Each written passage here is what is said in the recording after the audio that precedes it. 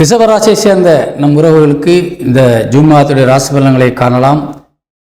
ரிஷபராசிக்கு அதிபதியாக விளங்கக்கூடியவர் சுக்கிரன் உங்கள் ராசிக்கு 12ஆம் இடத்திலே அமர்ந்திருக்கின்றார். இந்த மாதம் 29ஆம் தேதி, அதாவது இந்த மாத கடைசியில் தான் உங்கள் ராசியிலே வந்து அமர்ந்து ஆட்சி பலம் அடைய இருக்கின்றார்.